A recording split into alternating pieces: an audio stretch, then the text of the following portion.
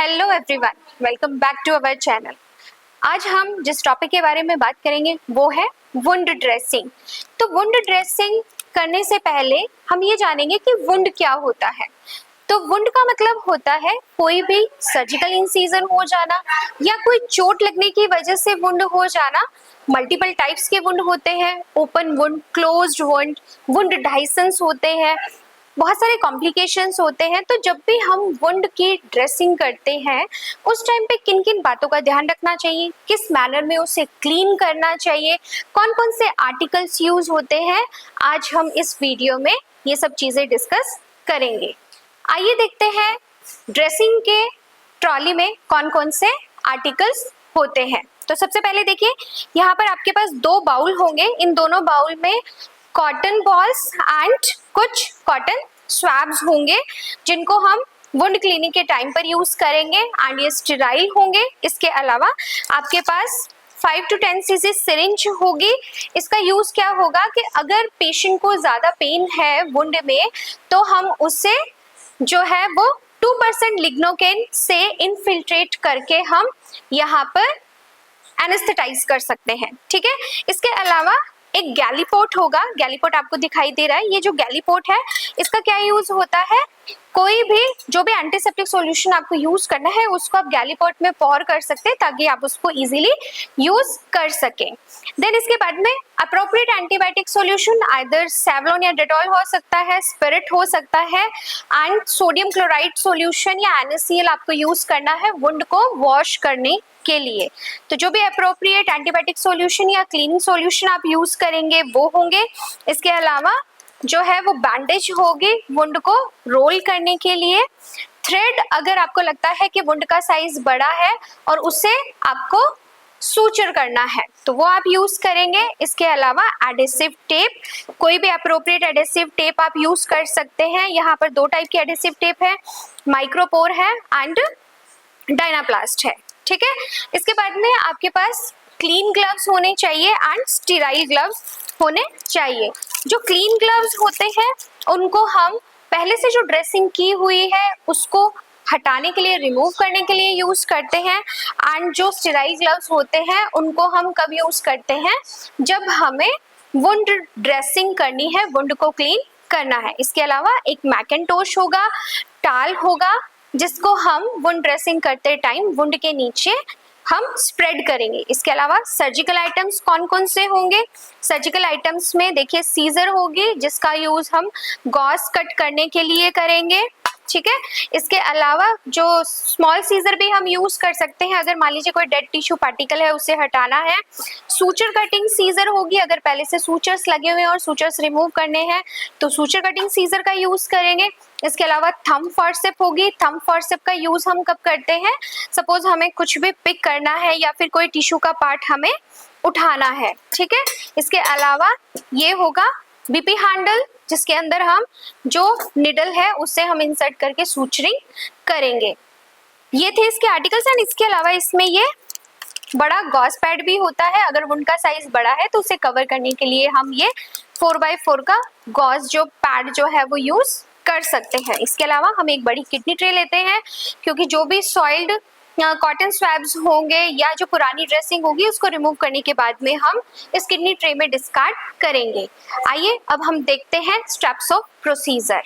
Procedure करने से पहले सबसे पहले हम क्लीन ग्लव्स वियर करेंगे एंड क्लीन ग्लव्स वियर करने के बाद में जो पहले से वुंड ड्रेसिंग की हुई है उस वुंड ड्रेसिंग को हमें रिमूव करना है एंड वुंड ड्रेसिंग को रिमूव करने के बाद में हमें इसे किडनी ट्रे में डिस्कार्ड कर देना है। ये देखिए,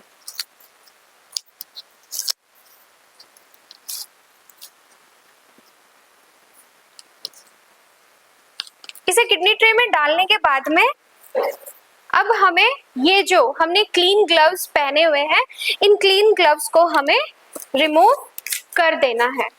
क्लीन ग्लव्स रिमूव करने के बाद में हम स्टेराइल ग्लव्स वियर करेंगे। स्टेराइल ग्लव्स वियर करने के बाद में जो मैकिंटॉश है उस मैकिंटॉश को हम पेशेंट के जो वुंड है उसके नीचे इस तरीके से लगाएंगे ताकि जो लीनल्स है वो सॉइल ना हो। देन एक क्लीन टॉवल या क्लीन शीट लेंगे एंड उसे भी वुंड के नीचे हम इस तरीके से स्प्रेड करेंगे ताकि किसी भी तरह की यहाँ पर स्पिलेज ना हो, ठीक है। देन उसके बाद में ये जो गैली पॉट है, इस गैली पॉट में हम जो भी एंटीसेप्टिक सॉल्यूशन हमें चाहिए वो एंटीसेप्टिक सॉल्यूशन हम इसके अंदर इस तरीके से पोर करेंगे। एंड पोर करने के बाद में हम सबसे पहले इसे रेडी करके रख लेंगे एंड कवर करके रख लेंगे, ठीक है। जब हमें इसकी जरूरत होगी तब हम इसे ओपन करेंगे।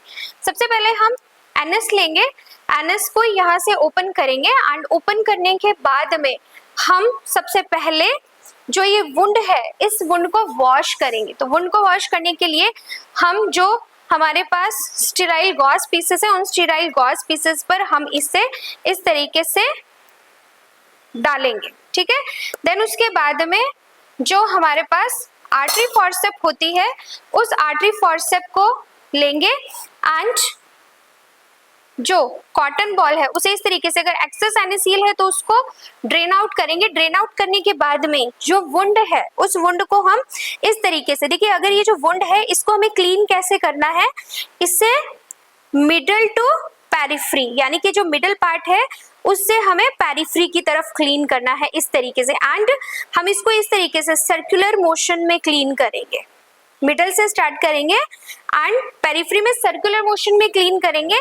एक गॉज या एक कॉटन बॉल को हम सिंगल टाइम यूज करेंगे एंड अगर आपको लग रहा है अभी भी वहां पर कोई वुंड है, पस है, तो उसे इस तरीके से स्क्वीज आउट करेंगे। स्क्वीज आउट करके जो वुंड या पस है उसको हम ड्रेन आउट करेंगे एंड उसको अगेन हम इस तरीके से स्लाइटली डैप करेंगे। स्लाइटली डैप करके जो भी हमें यहाँ पर ऊजिंग दिख रही है उस ऊजिंग को हम यहाँ से इवैक्यूएट कर लेंगे। यहाँ पर एक चीज जो ध्यान में रखने वाली है कि अगर आपको यहाँ पर इस वुंड का सैंपल लेना है, यहाँ पर जो डिस्चार्ज निकल रहा है, तो आप जो बायोप्सी का यहाँ पर स्पैचुला आता है उस स्पैचुला से आप यहाँ पर सैंपल ले सकते हैं। देन उसको पैक करके आप लेबोरेटरी भेज सकते हैं। तो ये एक परफेक्ट टाइम होता है एंटीसेप्टिक सॉल्यूशन से क्लीन करने से पहले, अगर आपको वुंड के ऊजिंग का सैंपल चाहिए, ठीक है। देन आपने नॉर्मल सेलाइन से जब वुंड को एक बार वॉश कर लिया और अगर आपको लगता है कि ज्यादा वॉशिंग की जरूरत है तो आपको सिंपली किडनी ट्रे जो है वो वुंड के नीचे लगानी है एंड वुंड के नीचे लगा करके आप इस तरीके से नॉर्मल सेलाइन को इसके ऊपर जब पोर करेंगे तो जो वुंड में से जो भी डिस्चार्ज या ऊजिंग हो रही है वो पूरी की पूरी किडनी ट्रे में आ जाएगी, ठीक है। उसके बाद में आपको क्या करना है, जो आपने एंटीसेप्टिक सॉल्यूशन गैली पॉट में पोर किया था उस एंटीसेप्टिक सॉल्यूशन को आपको क्या करना है, गॉज पीस लेना है। गॉज पीस में को उसमें डिप करना है, इस तरीके से आपको डिप करना है एंड डिप करने के बाद में जो एक्सेस होगा उस एक्सेस को आपको स्क्वीज आउट कर देना है, ठीक है। इस तरीके से आपको स्क्वीज आउट कर देना है एंड स्क्वीज आउट करने के बाद में जो वुंड है उसको आपको देखिए इस तरीके से अगेन सर्कुलर मोशन में क्लीन करना है। ये देखिए इस तरीके से सर्कुलर मोशन में आप इसे क्लीन करेंगे, ठीक है। एक गॉज पीस को आपको एक वन टाइम सिंगल टाइम ही यूज करना है इस तरीके से पूरा, क्योंकि हम इसको सेंटर टू पेरिफेरी इसलिए क्लीन करते हैं क्योंकि जो सेंटर पार्ट होता है वुंड का वो स्टेराइल माना जाता है एंड जो पेरिफेरी होता है वो जो है वो नॉन स्टेराइल माना जाता है। और हमेशा हम क्लीनिंग कहाँ करते हैं, less contaminated to more contaminated. तो ये एरिया लेस कंटामिनेटेड मानते हैं और आउटर एरिया मोर कंटामिनेटेड, तो इसलिए हम सेंटर टू पेरिफेरी क्लीन करते हैं और इस तरीके से सर्कुलर मोशन में हम क्लीन करते हैं। क्लीन करने के बाद में अगेन हम इसे किडनी ट्रे में डिस्कार्ड कर देते हैं। अगर हमें लग रहा है दोबारा क्लीनिंग करने की जरूरत है तो अगेन हम इसको क्लीनिंग करते हैं। यहाँ पर एक बात का ध्यान रखने की जरूरत है कि अगर यहाँ पर सूचरिंग हुई थी तो हमें सबसे पहले सूचरिंग को मिडल पार्ट से क्लीन करना है, देन पेरिफेरी को क्लीन करना है। अगर सूचरिंग नहीं हुई और आपको सूचरिंग करने की जरूरत है तो वुंड को क्लीन करने के बाद में अब हम यहाँ पर इसको 2% लिग्नोकेन से चारों तरफ से इनफिल्ट्रेट करेंगे, एनेस्थेटाइज करेंगे, देन हम इसकी जो है वो सूचरिंग करेंगे, ठीक है। सो देन इतना का वर्क होने के बाद में आपको जो भी डॉक्टर ने स्टेराइल ऑइंटमेंट क्रीम कुछ भी अगर अप्लाई करने के लिए दिया है तो आप जो है वो स्टेराइल गॉज लेंगे, ठीक है, स्टेराइल गॉज लेंगे आप। एंड स्टेराइल गॉज लेने के बाद में आप उसके ऊपर जो भी एंटीसेप्टिक सॉल्यूशन या लोशन आपको लगाना है वो आप इसके ऊपर अप्लाई करेंगे। एंड वो ऑइंटमेंट अप्लाई करने के बाद में सपोज जैसे मान लीजिए आपको क्लीन बिटाडीन ड्रेसिंग करने के लिए बोला गया है, तो आप क्या करेंगे, जो क्लीन बिटाडीन जो है उस बिटाडीन को आप इस तरीके से इस पर पोर करेंगे, हल्का सा पोर करने के बाद में आप इसको जो वुंड है उस वुंड के ऊपर इस तरीके से लगाएंगे, ठीक है। अब देखिए हमने यहाँ पर कॉटन का यूज क्यों नहीं किया, हमने गॉज का ही क्यों यूज किया। तो जो कॉटन होती है वो अगर वुंड पे हम डायरेक्टली अप्लाई करते हैं तो वो वुंड के साथ एडेयर हो जाती है, चिपक जाती है। जब हम उसको रिमूव करते हैं तो पेशेंट को पेन होता है, इसलिए हम गॉज लगाते हैं। गॉज पर मेडिकेशन अप्लाई करके हम उसे लगाते हैं। देन उसके बाद में हम इसको क्या करते हैं, जो हमारे पास स्टेराइल कॉटन होती है, स्टेराइल कॉटन से हम इसे इस तरीके से कवर करते हैं। अच्छे से हम इसे क्या करते हैं, ये देखिए इस तरीके से हम इसको प्रॉपर तरीके से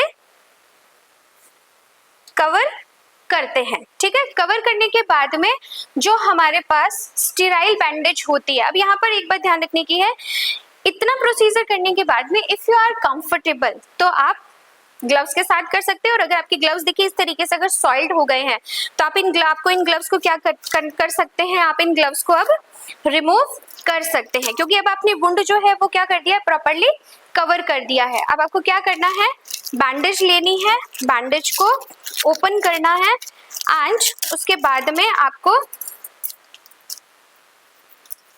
जरूरत है तो आप उसे कट कर सकते हैं। देन उसके बाद में आपको इस तरीके से, ये देखिए आपको क्या करना है, सर्कुलर बैंडेज जो है वो अप्लाई करनी है। ये देखिए इसे स्पाइरल बैंडेजिंग बोला जाता है। इस तरीके से आप वुंड को अच्छे से कवर करेंगे। जो आप बैंडेज अप्लाई कर रहे हैं वो ना ज्यादा टाइट होनी चाहिए और ना ही ज्यादा लूज होनी चाहिए, पेशेंट को कंफर्टेबल फील होना चाहिए।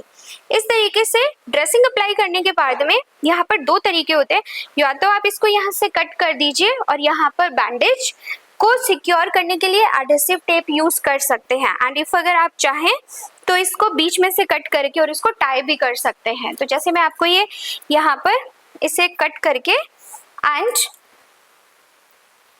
इस तरीके से इसको मैं कवर कर दूंगी एंड देन जो हमारे पास एडहेसिव टेप है या माइक्रोपोर है उसे मैं यहाँ पर इस जॉइंट पर अच्छे से अप्लाई कर दूंगी, ठीक है। इस तरीके से ये वुंड जो है वो प्रॉपर्ली सिक्योर हो गया, हमने इसे प्रॉपर्ली कवर कर दिया है। एंड कवर करने के बाद में हम इस बात का ध्यान रखेंगे कि पेशेंट को किसी भी तरह का कोई डिस्कम्फर्ट नहीं होना चाहिए, किसी भी तरह की कोई ऊजिंग जो है वो दिखाई नहीं देनी चाहिए। तो आपने देखा कि हमने किस तरीके से ड्रेसिंग की। ड्रेसिंग करते टाइम कुछ बातों का जो हमें ध्यान रखना होता है, पहला हमें स्टेराइल एंड क्लीन एरिया को मेंटेन करना है। दूसरा पेशेंट को कंफर्टेबल पोजीशन हम देंगे ही देंगे। सारे आर्टिकल्स अरेंज करने के बाद में हमें पेशेंट को प्रोसीजर एक्सप्लेन करना है। एंड जब हम ड्रेसिंग कर रहे हैं तो हम पेशेंट से पूछेंगे कि आपको किसी तरह का डिस्कम्फर्ट, नोजिया, वॉमिटिंग या गिडीनेस या आपको चक्कर तो नहीं आ रहे हैं। ये हम हिस्ट्री लेंगे पेशेंट की, पेशेंट ने एम्प्टी स्टमक नहीं हो, अदरवाइज कई बार ड्रेसिंग करते टाइम पेशेंट को गिडीनेस फील होना शुरू हो जाती है। अप्रोप्रिएट एंटीबायोटिक सॉल्यूशन आपको यूज करना है, अप्रोप्रिएट आपको क्लीनिंग सॉल्यूशन यूज करना है।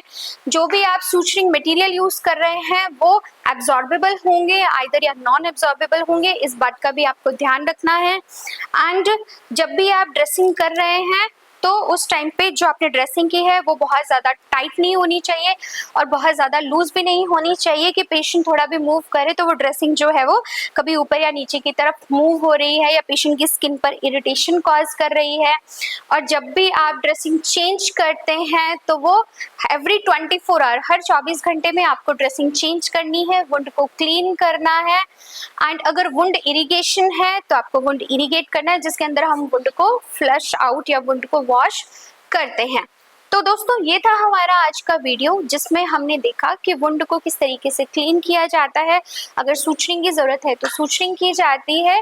अभी रिसेंटली जो वुंड ड्रेसिंग के लिए हम मटेरियल यूज करते हैं वो होता है transparent dressing material. Transparent dressing material के क्या फायदे होते हैं? सपोज आपने पेशेंट को सूचनिंग की हुई है तो उसके ऊपर ट्रांसपेरेंट ड्रेसिंग होने की वजह से अगर वहां से कोई ऊजिंग हो रही है, कोई आपको इन्फेक्शियस डिस्चार्ज दिख रहा है, आपको पस दिख रही है, तो वो इजीली विजुअलाइज हो जाता है। नॉर्मली जो हम क्लोज्ड ड्रेसिंग, इस टाइप की ड्रेसिंग करते हैं, उसके अंदर हम अगर इंटरनली कोई ऊजिंग हो रहा है, ब्लीडिंग हो रहा है, तो वो हमें तब तक दिखाई नहीं देता जब तक कि हमारी जो ये ड्रेसिंग की हुई है वो सॉइल्ड नहीं हो जाती। तो बहुत सारे एडवांसमेंट आते रहते हैं। इसी तरह के एडवांस्ड वीडियोस के लिए बने रहिए हमारे चैनल पर, और हमारे आई सिमुलेशन सेंटर को विजिट करना बिल्कुल भी मत भूलिएगा, जिसका एड्रेस है गोपालपुरा बाईपास रोड, त्रिवेणी नगर चौराया, जयपुर, राजस्थान। Thank you.